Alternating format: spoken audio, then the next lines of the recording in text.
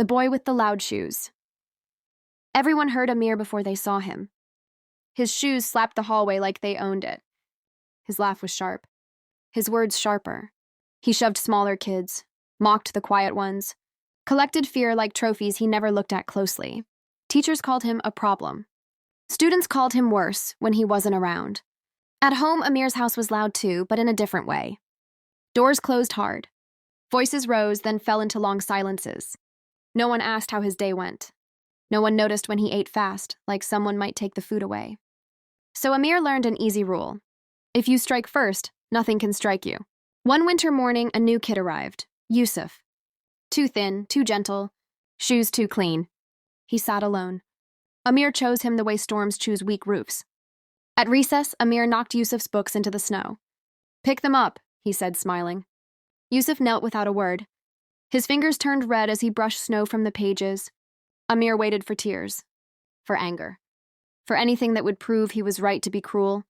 Instead, Yusuf looked up and said quietly, "It's okay. You can help if you want."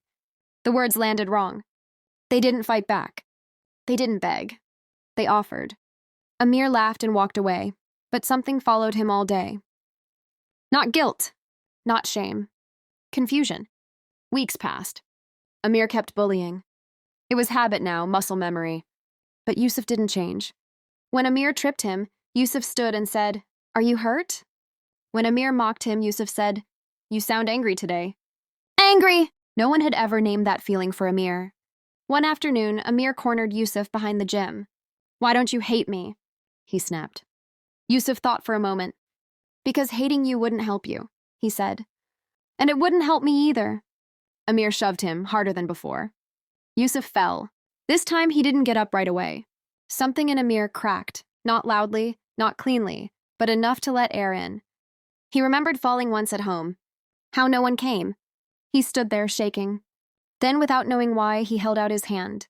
Yusuf took it. Change didn't happen all at once. Amir still snapped. Still pushed. Still failed. But now, after he hurt someone, he felt it echo back. Not as fear, but as weight. One day, he stopped himself mid-insult. Another day, he apologized, awkward, rushed, real. The shoes were still loud. But his words softened. By spring, Amir sat with Yusuf at lunch.